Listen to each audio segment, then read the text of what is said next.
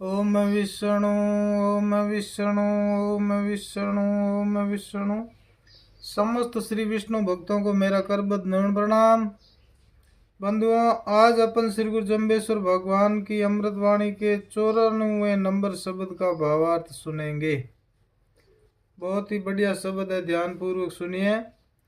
जोधपुर से चलकर राव मालदेव जी ने जब लोहावट की सातरी पर गुरुदेव जम्बेश्वर जी से मेल किया तथा देव जी को सन्मुख देखा तो हृदय में शांति का संचार हुआ। फिर हाथ जोड़कर अर्ज करने लगा कि हे देव, मैंने सृष्टि का आदि तथा अंत तो आपके श्रीमुख से उच्चरित शब्द ज्ञान से जान लिया। अब आगे ये बतलाइए कि आपके कितने नाम व रूप है। एक ही ईश्वर के कितने रूप और नाम हो सकते हैं। तब श्री जम्बदेव जी ने ये शब्द सुनाया। ओम संसर नाम साई भल सिंभु में उपनायादि मुरारी जद में रयो निरालंब होकर उत्पत्ति दंधुकारी। ना मेरे मायन ना मेरे बापन मैं अपनी काया आप संवारी। जुग 3600 शून्य बरत्या सतजुग माई सिरजी सारी। ब्रह्मा इंद्र सकल जग थर प्यादीनी करामात केती बारी। चंद सूर दोय साक्षी थर प्या पवन पवनेश्वर पवन आधारी। तद में रूप कियो में नावतियो सत्यव्रत को ज्ञान उचारी। तद में रूप रचो का मठियो 3300 की क्रोड़ अहंकारी। जब मैं रूप धर्यो बाराही पृथ्वी दाढ़ चढ़ाई सारी। नरसिंह रूप धर हिरण्यकश्यप मार्यो प्रहलादो रयो शरण हमारी। 52 होय बलिराज चेतायो 3 पेंड की धर सारी। परशुराम होय क्षत्रियपन साध्यो गर्भन छूट्यो नारी। श्री राम सिर मुकुट बंधायो सीता के अहंकारी। कन्नड़ होय कर बंसी बजाई गौ चराई। धरती छेदी काली नाथ्यो असुर मार किया सयकारी। बुद्ध रूप गया सर मारो का फर मार कियो बेगारी। पंथ चलायो राह दिखायो 9 बार विजय हुई हमारी। शेष जम्भराय आप अपरंपर अवल दीन से कहिए। जांभा गोरख गुरु अपारा काजी मुल्ला पढ़िया पंडित निंदा करेगी वारो। गिवारा दोजक छोड़ भीस्त जे पाओ चाहो तो कैया करो हमारा। इंद्रपुरी बैंकुटे वासो जरा मर तो पाओ मोक्ष ही द्वारा। इस प्रकार गुरु महाराज जाम्बोजी ने ये शब्द सुनाया कि सर्व चराचर सृष्टि के स्वामी स्वयंभू परमात्मा के हजारों नाम है। आदि में तो एक नाम रूप वाला ही हुआ था। सृष्टि के विस्तार के लिए अनेक रूपधारी हो जाता है तथा वही एक ही सृष्टि के आदि में एक से अनेक हो जाता है। एक को हम बहुश्याम प्रजा ये और अनेक होकर मुरारी आदि नामों से विख्यात हो जाता है। श्री गुरुदेव जम्बेश्वर जी कहते हैं कि जब हम मुरारी आदि उपाधि धारी सृष्टि रचना करने की अवस्था में नहीं थे तथा अर्थात सभी जीव हिरण्यगर्भ में शयन दशा में थे, जीवों के कर्म भी शयन कर रहे थे, तब तो यहाँ पर कुछ भी नहीं था, केवल धंधुकार ही था। ये ज्योति स्वरूप सूर्य चंद्र आदि कुछ भी नहीं थे। ये पांचों तत्व भी अपने कारण रूप में लय हो चुके थे। ऐसी दशा में केवल धंधुकार ही शेष था। आगे गुरु महाराज फरमाते हैं, उस प्रलय अवस्था में न तो कोई मेरे शुद्ध ब्रह्म स्वरूप के माता ही थी और न ही पिता ही थे। मैंने अपनी काया को अपने आप ही बनाया, अर्थात पूर्व तो मैं निराकार अवस्था में था, किंतु निराकार से तो सृष्टि रचना का महान कार्य नहीं हो सकता। इसीलिए मुझे स्वयं अपने आप ही ब्रह्मा विष्णु महेश के रूप में अवतरित होना पड़ा। प्रलय होने के पश्चात तो 36 युग को तो शून्य अवस्था में ही व्यतीत हो गए थे। गुरु महाराज फरमाते हैं प्रलय होने के पश्चात 36 युग तो शून्य अवस्था में ही बीत गए, कहीं भी कुछ भी जड़ चेतन जीव नजर नहीं आ रहे थे। इन 36 युगों के बीत जाने के पश्चात सर्वप्रथम नई सृष्टि का निर्माण सतयुग में प्रारंभ किया और उस प्रारंभ में एक ही युग में सृष्टि की पूर्ति कर ली।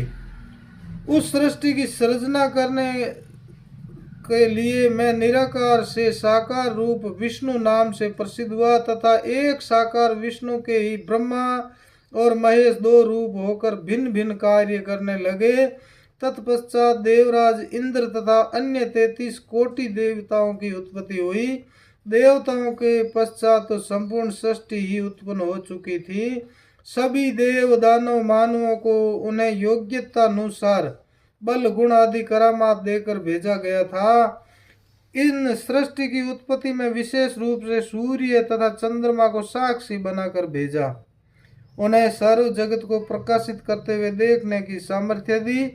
यह सूर्य और चंद्रमा मानो दोनों ही परमात्मा की ये दो आंखें हैं।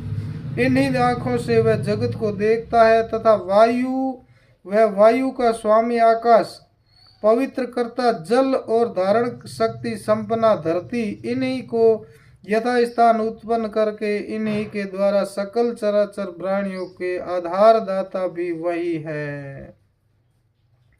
उसकी सत्ता से ये आकाश आदि टिके हुए हैं और इन आकाश वायु जल पृथ्वी तेज के ऊपर संपूर्ण सृष्टि टिकी हुई है।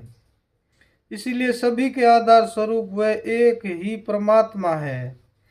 जब सृष्टि की रचना हो चुकी थी तथा सतयुग का समय था, उस समय ही एक भयंकर प्रलयावस्था आ गई थी। उस समय श्री गुरु जम्बेश्वर भगवान कहते हैं कि हमने ही मत्स्य का रूप धारण करके द्रविड़ देश के राजा सत्यव्रत को आकर दर्शन दिया था और उन्हें प्रलयावस्था से सचेत करते हुए सृष्टि के समस्त जीवों की रक्षा का उपाय बतलाया और स्वयं ही नाव को खींचते हुए उनकी रक्षा की थी। उस प्रलयावस्था में अनेकों वर्ष तक जब मैं मछली रूप से नाव को खींच रहा था, उस समय मैंने सत्यव्रत राजा को ज्ञान भी दिया था जो मत्स्य पुराण के नाम से प्रसिद्ध हुआ तथा प्रलय समाप्ति पर पुनः सृष्टि के सर्जन कार्य को सत्यव्रत के ऊपर छोड़कर मैं अंतर्ध्यान हो गया था। सत्यव्रत ही आगे के लिए मनु रूप से प्रसिद्ध हुए। एक समय दानवों ने देवता पर विजय प्राप्त कर ली।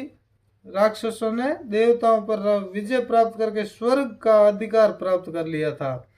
उस समय देवताओं को भगवान ने यही सलाह दी कि तुम सभी मिलकर समुद्र मंथन करके अमृत की प्राप्ति का उद्योग करो। देव दानवों ने मिलकर वैसा ही किया था।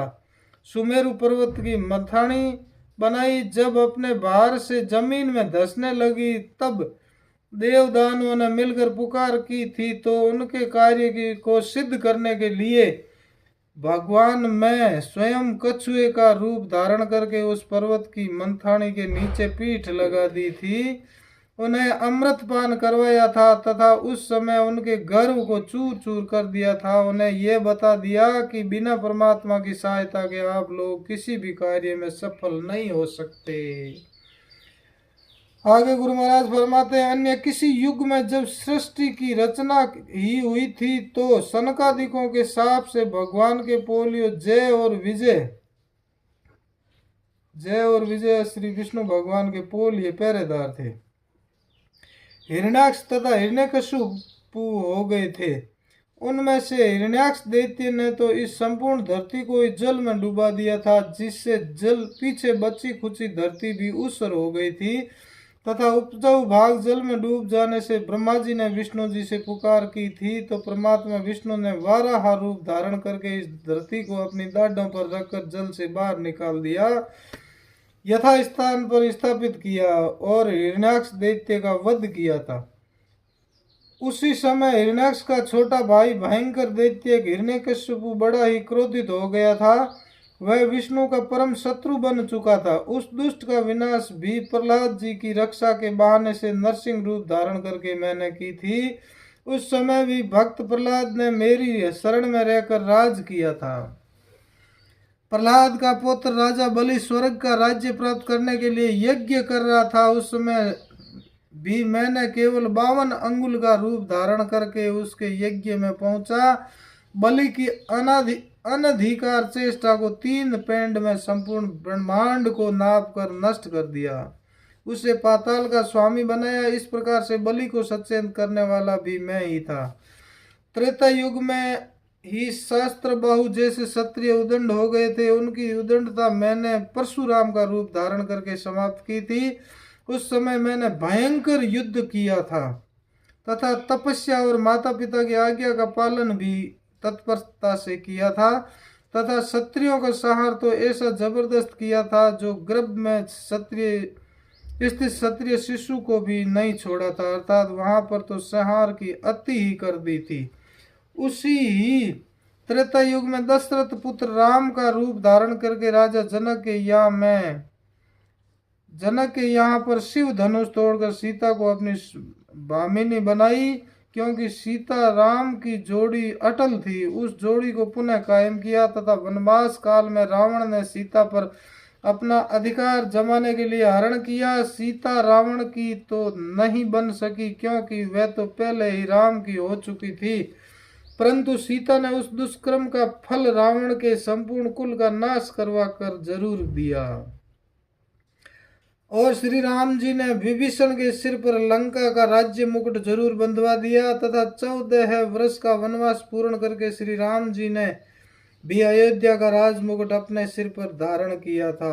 द्वापर युग में श्री कृष्ण का रूप धारण करके गौवें चराई, बंसी बजाई, गोधन ग्वाल बालों को खेल खिलाकर प्रसन्नचित किया तथा उस समय धरती ऊपर आई हुई रुकावटों का छेदन किया, अर्थात भारत खंड की धरती पर दुष्ट राजाओं का राज्य हो चुका था, जिनमें प्रधानतः कंस, जरासंध, शिशुपाल, भौमासुर और भी इनके सहयोगी दानव वकासुर, पूतना, सक्टासुर, वत्सासुर, धनुकासुर, अरिष्टासुर, केसी, व्योमासुर, चाणूर, मुष्टिक का विनाश करके उनके अधीन धरती को मुक्त करवा करके सभी के लिए सुलभ कर दी थी। इसी प्रकार से आपसी शत्रुता के कारण एक दूसरे से कट चुके थे, उनकी शत्रुता को मिटाकर पुनः मेल करवाया तथा विशेष रूप से वहां पर बहुत बड़े भूभाग को अपने अधीन किए हुए काले नाग को उसी धरती के अंदर प्रवेश करके नाथ लिया था।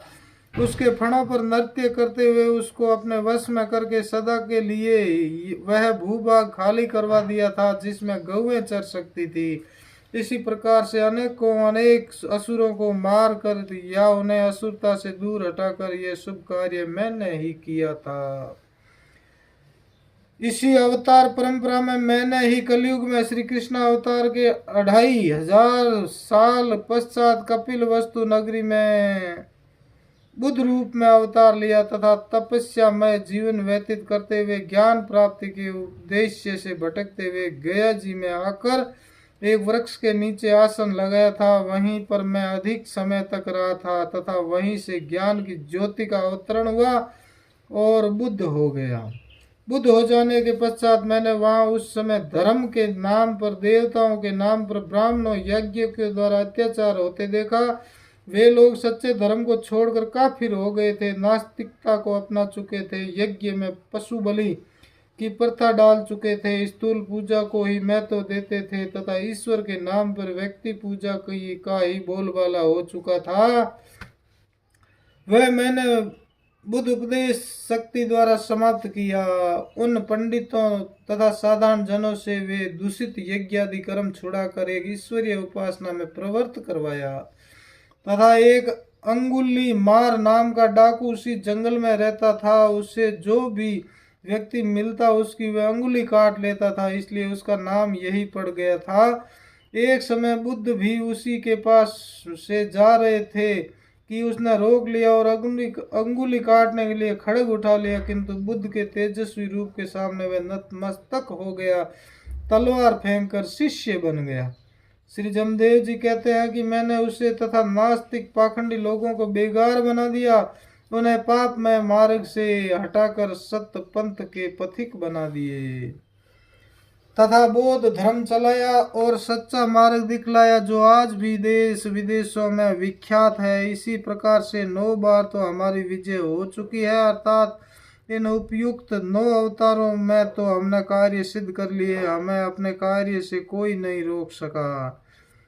आगे गुरु महाराज फरमाते हैं, उक्त बुद्ध अवतार के लगभग उतने ही वर्ष पश्चात मैं यहाँ पर जम्बराय नाम से स्वयं अपरंपर विष्णु परमात्मा शेष कार्य को पूरा करने के लिए आया हूँ। वैसे तो मैं प्रथम दिन से ही अर्थात आदि अनादि से ही निराकार निरंजन उपाधि रहित कहा जाता हूँ, फिर भी सृष्टि के आदि से ही मत्स्य कच्छ वाराही शरीरधारी मैं साधु पुरुषों की रक्षा करने वाला तथा दुष्टों का विनाश करने वाला भी कहा जाता हूँ। इसी कलयुग में ही कुछ वर्ष पूर्व योगिंद्र गोरखनाथ विभूति भी जागृत हुई थी। वे समादरणीय अपार शक्तिशाली गुरु थे। उन्होंने भी बुद्ध की भांति ही सच्चे योग मार्ग का अनुयायी शिष्य वर्ग को बनाया था तथा गुरु जम्बदेव जी कहते हैं कि इस समय मैं भी उसी सदमार्ग का निर्देश देकर शिष्य वर्ग को सतपंथ का पथिक बना रहा हूँ। इसीलिए निकट समय में बुद्ध के पश्चात हम दोनों ही अपार गुरु की पदवी को धारण करने वाले हैं। किंतु ये काजी मुल्ला पढ़े लिखे पंडित लोग हमारी निंदा ही करते हैं, क्योंकि अब हमारे सामने इनका पाखंड मिथ्या भाषण चल नहीं पाता। किंतु हे धर्म प्रेमी जनों, यदि आप लोग दोजक यानी दुख में नरक को छोड़कर सुख में स्वर्ग चाहते हो तो मेरा कहना करो, और यदि ये मेरे कथनानुसार धर्म मार्ग पर चलोगे तो अपने शुभ कर्मानुसार इंद्रलोक बैंकुट वास को प्राप्त करके मुक्ति लाभ प्राप्त करोगे। जन्म मरण के दुखों से सदा सदा के लिए छूट जाओगे। बोलो श्री गुरु जम्बेश्वर भगवान की जय, श्री विष्णु भगवान की जय। बंधुओं, मेरे इस YouTube चैनल को आप सब्सक्राइब जरूर करें और अन्य बंधुओं तक पहुंचाने के लिए शेयर भी कर दीजिए, आपकी महती कृपा होगी। बोलो श्री विष्णु परमात्मा की जय हो, जय हो।